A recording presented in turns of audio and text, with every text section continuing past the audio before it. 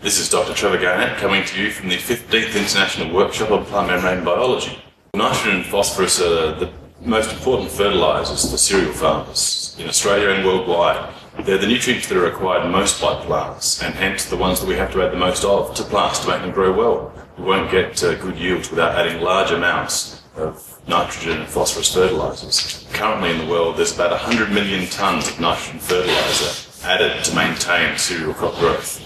Phosphorus is mined from the soil, so Nauru was Australia's biggest source of phosphorus fertiliser, most of that coming from bird droppings. But nitrogen is actually fixed from the atmosphere.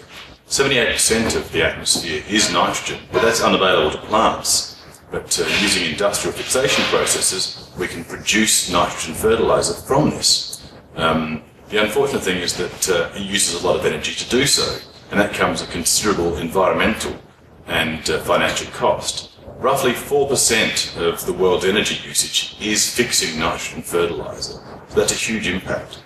Peak phosphorus is similar to peak oil. We're running out, and the supplies that we've got left then become very, very expensive.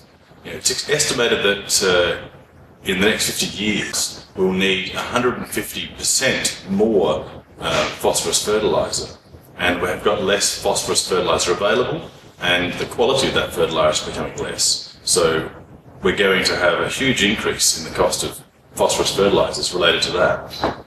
Nitrogen fertiliser is currently the biggest cost for Australian cereal farmers, even more so than fuel.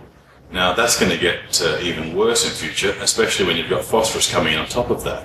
And that's without introducing the environmental costs of using nitrogen and phosphorus fertilisers. In Europe currently, farmers have got to account for the nitrogen fertiliser that they use, so that's going to become a lot more expensive, just the usage of nitrogen fertilisers. We're trying to get plants that are better at using nitrogen fertilisers and phosphorus fertilisers, so they've got better nitrogen use efficiency and phosphorus use efficiency.